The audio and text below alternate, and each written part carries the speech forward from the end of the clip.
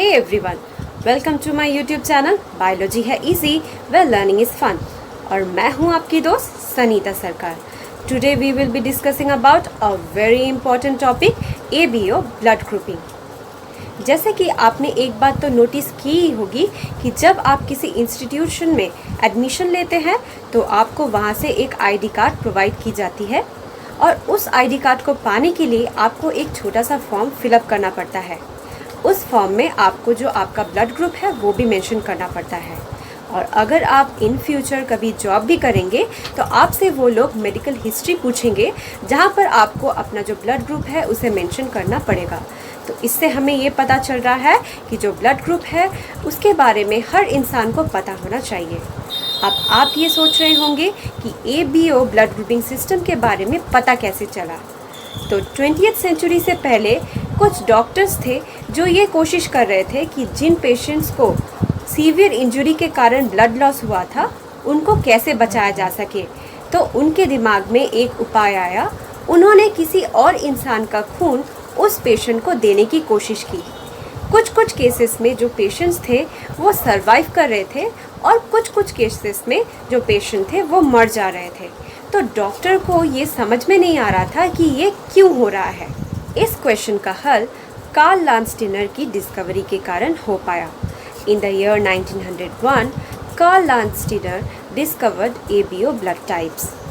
He was awarded Nobel Prize in the year 1930 for this discovery. The ABO blood types are found within gorilla, chimpanzees, apes and old world monkeys. We all know that blood is known as the fluid connective tissue, and blood is composed of what? Blood is composed of red blood corpuscles, white blood cells, platelets and a fluid known as plasma. Our blood group is determined by the presence of antigens and antibodies in our blood. Antigens are protein molecules that are present within the surface of red blood corpuscles, and antibodies are also protein molecules that are present within plasma. Antibodies act as natural defense system where they identify foreign substances like germs and eventually kill them. Here you can see that I have drawn a labeled structure of RBC having two different antigens. One is drawn as black triangle and another one is drawn with green color. So it is clear that the antigens are protein molecules that are present on the membrane of RBCs. As I have already told you that our blood group is determined by the presence of antigens and antibodies in our blood. So we can broadly divide blood groups into four types: A, B, AB and O. The ABO blood group system follows the two laws proposed by Karl Landsteiner. The first law says that if an agglutinogen, that is an antigen, is present on the cell surface of RBC, then the corresponding agglutinin, that is the antibody, will be absent in plasma. And the second law says that if an agglutinogen is absent on the cell surface of RBC, then the corresponding agglutinin will be present in plasma. आइए इसको जो chart है उसकी मदद से समझने की कोशिश करें। जैसे कि आप इस चार्ट में देख पा रहे हैं कि जो ब्लड ग्रुप A है उसमें जो एंटीजन RBCs में पाए जाते हैं वो है एंटीजन A, और जो उसका करिस्पॉन्डिंग एंटीबॉडी होना चाहिए वो क्या होना चाहिए? Anti A। पर एंटी A क्या मौजूद है? नहीं, उसके जगह पर जो एंटीबॉडी प्लाज्मा में पाए जा रहे हैं वो है एंटी B। अगर हम ब्लड ग्रुप B को देखें तो हम देख रहे हैं कि इसमें जो एंटीजन है वो है एंटीजन B, पर इसका जो करिस्पॉन्डिंग एंटीबॉडी प्लाज्मा में होना चाहिए यानी कि एंटी B वो एब्सेंट है, उसकी जगह पर जो एंटी A है वो प्रेजेंट है। तो इससे जो हमारा पहला लॉ है वो जस्टिफाइड होता है। आइए देखते हैं कि जो सेकंड लॉ है वो जस्टिफाइड होता है कि नहीं।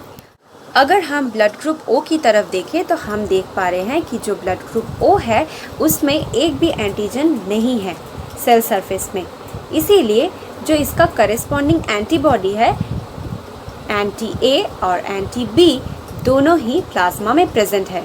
So the second law as proposed by Karl Landsteiner is justified, which says that if an agglutinogen is absent on the cell surface of RBC, then the corresponding agglutinin will be present in the plasma. Based on the presence or absence of a protein called Rh factor, our blood group can further be divided into 8 types, that is A positive, A negative, B positive, B negative, AB positive, AB negative, and O positive, O negative.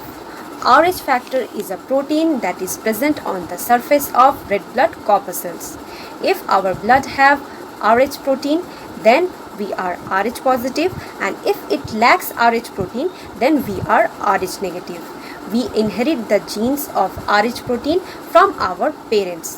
The Rh blood group system was discovered by Karl Landsteiner and A.S. Weiner in the year 1940. Erythroblastosis fetalis is a serious health condition which results from Rh incompatibility. आइए जानते हैं कि ऐसा क्यों होता है. Suppose a woman who is Rh negative conceives and the baby she is carrying is Rh positive. During delivery, there is a little chance of mixing of blood. And if this happens, then the body of the woman will treat baby's blood as foreign substance and will produce antibodies against Rh antigen. So, in such cases, doctor advise the patients to take Rh immune globulin injections. Here you can see that baby's Rh factor is dependent upon its parents' Rh factor. So, if both the parents are Rh positive, then the blood group of baby will be Rh positive and no precaution is needed. If both the parents have Rh negative blood group, then the baby will also have Rh negative blood group, and here also no precaution is required. If the mother has Rh positive blood group and father has Rh negative blood group, then the baby could have Rh positive or Rh negative blood group. Here also no precautions is required. But if the mother's Rh factor is negative and father's Rh factor is positive, then the baby could be Rh positive or Rh negative. In this case, the mother is advised to take Rh immune globulin injections. आप सभी ने ABO blood group test kit तो ज़रूर देखा होगा. मैंने इस test kit का यूज़ MSc में किया था और ये जो एक्सपेरिमेंट है ये शायद 11 की 12 में भी है. तो जिन्होंने ये टेस्ट किट नहीं देखा है तो वो देख सकते हैं. ABO blood group test kit कुछ इस तरह का दिखता है और यहाँ पर 3 वायल्स आते हैं. जो ब्लू है वो है एंटी A मोनोक्लोनल एंटीबॉडी, जो येलो कलर का वायल है वो है एंटी बी मोनोक्लोनल एंटीबॉडी और जो वाइट या ट्रांसपेरेंट कलर का वायल है वो है एंटी डी मोनोक्लोनल एंटीबॉडी. इन तीनों रिएजेंट्स की मदद से हम अपने ब्लड ग्रुप को डिटरमाइन कर सकते हैं. ABO ब्लड ग्रुप टेस्ट की जिस प्रिंसिपल पर वर्क करता है वो है एंटीजन एंटीबॉडी रिएक्शन.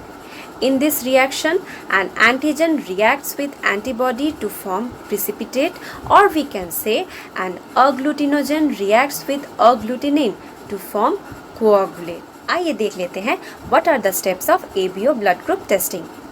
इस टेस्ट को परफॉर्म करने के लिए हमें एक क्लीन स्लाइड चाहिए.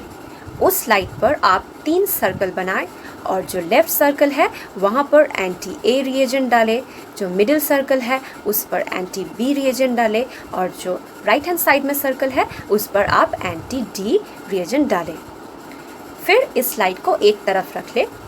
आप अपनी किसी भी फिंगर को प्रिक करें और थोड़ा सा खून निकल जाने दें. उसके बाद आप एक ड्रॉप करके हर सर्कल में ब्लड को ऐड करें.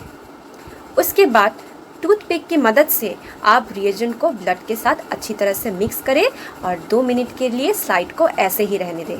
और आपने जहाँ पर उंगली प्रिक की थी वहाँ पर कॉटन की मदद से अच्छी तरह से प्रेस करें ताकि खून का निकलना बंद हो जाए. 2 मिनट के बाद आपका स्लाइड कुछ इस तरह का दिखेगा. जैसे कि आप देख पा रहे हैं जो लेफ़्ट कॉलम है वहाँ पर सिर्फ ब्लड सैंपल रखा गया है, यहाँ पर कोई भी रिएजेंट मिक्स नहीं किया गया है। जो सेकंड कॉलम है वहाँ पर एंटी ए रिएजेंट मिक्स किया गया है ब्लड के साथ, जो थर्ड कॉलम है वहाँ पर एंटी बी रिएजेंट मिक्स किया गया है ब्लड के साथ, और जो लास्ट कॉलम है वहाँ पर एंटी डी रिएजेंट मिक्स किया गया है। तो अब आप अगर ब्लड ग्रुप ए की तरफ देखेंगे जो कि ए पॉजिटिव है, तो आपको दिखाई देगा कि एंटी ए और एंटी डी कॉलम में कोआगुलेट फॉर्मेशन हुआ है। ये इसलिए पॉसिबल हुआ क्योंकि हम जानते हैं कि जो ब्लड ग्रुप ए है उसमें एंटीजन ए पाया जाता है, तो यहाँ पर एंटी ए के साथ एंटीजन ए रिएक्ट करके कोआगुलेट फॉर्म किया है। और क्योंकि ब्लड ग्रुप ए पॉजिटिव है, तो RH एंटीजन भी एंटी डी के साथ रिएक्ट करके कोआगुलेट फॉर्म किया है। इसीलिए हम देख पा रहे हैं कि इन दो कॉलम्स में ही हमको कोआगुलेट फॉर्मेशन दिखाई दे रहा है। इस स्लाइड में जो इमेज है यहाँ पर ये दिखाया गया है कि सभी ब्लड ग्रुप्स का अगर हम टेस्ट करेंगे तो उसका रिजल्ट कैसा दिखेगा। तो यहाँ पर आप अपने कॉन्सेप्ट को अच्छी तरह से चेक करें कि आप इस डायग्राम को समझ पा रहे हैं कि नहीं। अगर आप नहीं समझे हैं तो आप इस वीडियो को फिर से देखें और फिर से इस डायग्राम को समझने की कोशिश करें। If you like my video, then please hit the like button. If you are new to my channel, then do subscribe to my channel and do not forget to press the bell icon. In my next video, I will be solving few problems on ABO blood group.